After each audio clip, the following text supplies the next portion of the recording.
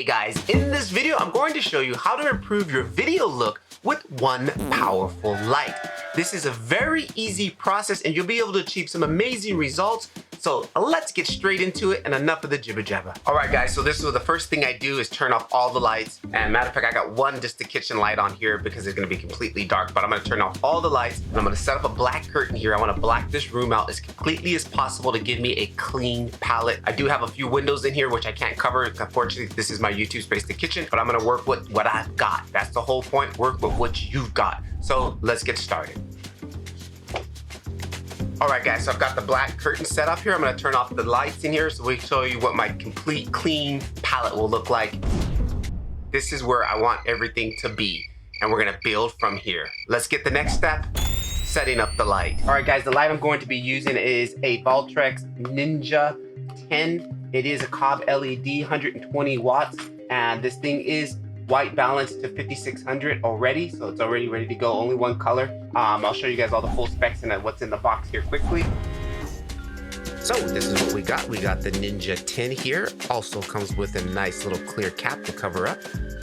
Also has this cool battery plate for batteries, the mounting brackets that allow me to hook it to the stand, which I thought was very clever. Then you get the power supply, and then you also get this nice modifier all packaged in this beautiful case. Get this light mounted. Again, it is a very bright light. If anything, you ever buy a light, make sure you buy one good bright light instead of a bunch of cheap lights, because it's more beneficial versus a bunch of little cheap lights. So we got this here. We get it powered up, and then we're gonna aim it, and then we're gonna fire it on. All right, we got it on at 100%. There it is. Right, this is not good. We're gonna need to work this light. We're gonna have to bend it, shape it, soften it up. God, it's too much. Let's fix this, guys. All right, guys, the light here is too strong. It's too hot. I aimed it up to the ceiling to blast light everywhere just to get some even light. We're gonna soften the light with this parchment paper, and that's gonna really help us make it usable. So let's try that.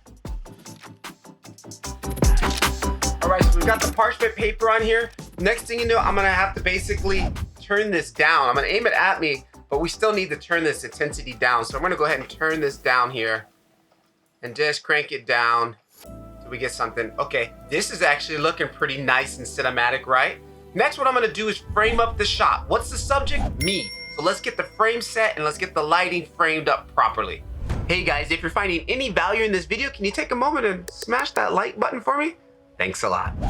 All right guys, so I've got my shot more framed up. I zoomed in a little bit to get the light out of the scene. We got the parchment paper on here, and I turned down the intensity to get a nice good look here. I'm going with the Rembrandt look. Here's a little bit of cinematic signature here. We got a little bit of highlights there off of the light. The light's at a 45-degree angle just off to the side here and about this high up. This is the look. Now I'm gonna turn off the kitchen light so we can get the full effect. Boom, nice and cinematic with one light and some parchment paper. All right guys, it's important that we have modifiers. Being able to soften the light up really makes it usable, especially with the super bright light. I'm gonna show you what it looks like without the parchment paper. That's without the parchment paper at the same intensity. Without. Now, as a bonus, I wanna show you how we can really spice this up. Maybe just using some lights that you have around the house. I have a few lights here on my desk. I'm gonna turn those on just to kind of separate and give me a little bit of separation between the background and me. All right, so I got these two blue lights on. Now I'm gonna add a complementary color. I'm gonna add a warm color. I'm gonna use my desk light and use this tungsten bulb here. And these are lights that I have just already on my desk. Boom, now we've got this. Just a little bit of a bonus that you can really do to spice up this kind of boring scene. I put together a nice little playlist of a couple of videos that I think may help you improve your videos. Take a look at that. I'll catch you guys in the next one. Keep filming. It's the only way you'll get better.